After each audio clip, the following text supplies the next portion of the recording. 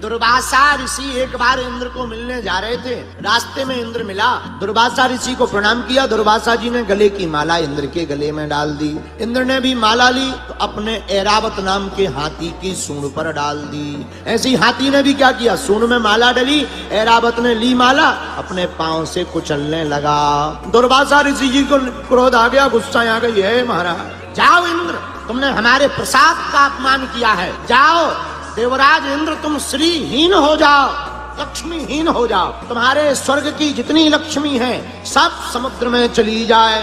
और इंद्र श्रीहीन हो गए, पूरी लक्ष्मी समुद्र में चली गई। देवता परेशान हो गए, अब कैसे लक्ष्मी वापस मिले। एक ही उपाय है, क्या, समुद्र मंथन अगर किया जाए तो लक्ष्मी वापस आ सकती। अब समुद्र मंथन के लिए चाहिए नाग, जिसकी कढ़नियां बनाई जाए, मथानी बनाई जाए पर्वत की।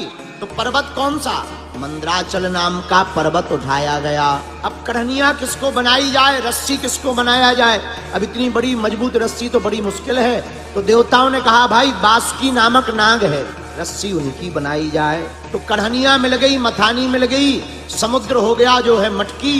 अब मंथन तो करना है, पर हम देवता हैं, मंथन करेंगे, दैत्य भी आएंगे, उपद्रव करेंगे, युद्ध होगा, काम बिगड़ जाएगा। ब्रह्मा जी बोले एक काम करो, दैत्यों को भी सम्मिलित कर लो। बोलो सीताराम। दैत्यों को भी सम्मिलित कर लिया गया और दैत्य सम्मिलित हुए। तो देवता तो बड़े होशियार और चतुर। देवता बोले एक बात बताएं, हम लोग अगर मुंह की तरफ लगेंगे तो कहीं अगर बासुकी नामक नाग को भूख लगेगी तो वो सटका जाएगा देवता। हम लोग पूंछ की तरफ लगेंगे। देवताओं ने कहा कि मुंह की तरफ दैत्य लगेंगे कैसे। ब्रह्मा जी बोले वो हमारा काम है। दैत्य सामने आए, क्या बात है महाराज।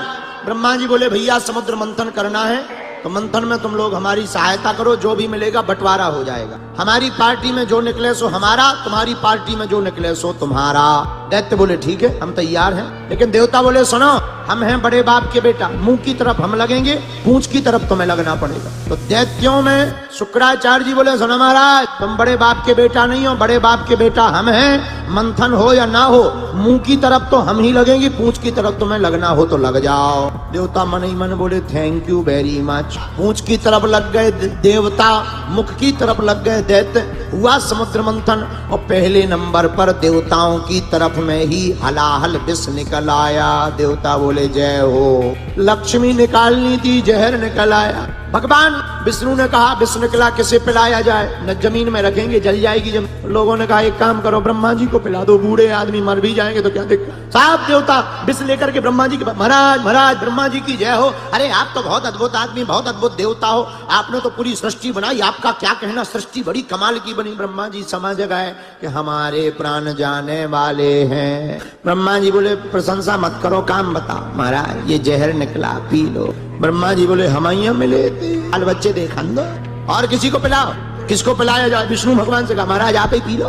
भगवान विष्णु जी बोले थे तो शादी नहीं भैया, भैया अब हमें नहीं पीना। तो कहा किसको पिलाया जाए, भूत भावन महादेव बड़े दिव्य लग रहे, उनको देख करके साफ देवता पहुंच गए। बाबा आपकी जय हो, हे त्रिपुरारी महादेव, आप तो त्रिभुवनपति हो, आपकी समता क्षमता का क्या कहना। आप तो बड़े सौम्य हो, सरल हो, भाल पर चंद्रमा है। बोले बाबा बोले जो सब प्रवचन हो गए हो तो काम बताओ।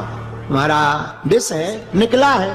बोले बाबा ने सोचा अगर हम देवताओं के काम आ जाए। भगवान शंकर ने विष लिया, रा कह के मुंह को खोला, पूरा विष मुख में डाला, माँ कह करके कंठ में धारण कर लिया, नाम पड़ गया नीलकंठेश्वर महादेव। अगर वीडियो अच्छी लगी हो तो वीडियो को लाइक करें और चैनल को सब्सक्राइब करके बेल नोटिफिकेशन को ऑल पर सेट करना ना भूलें। जय श्री राम।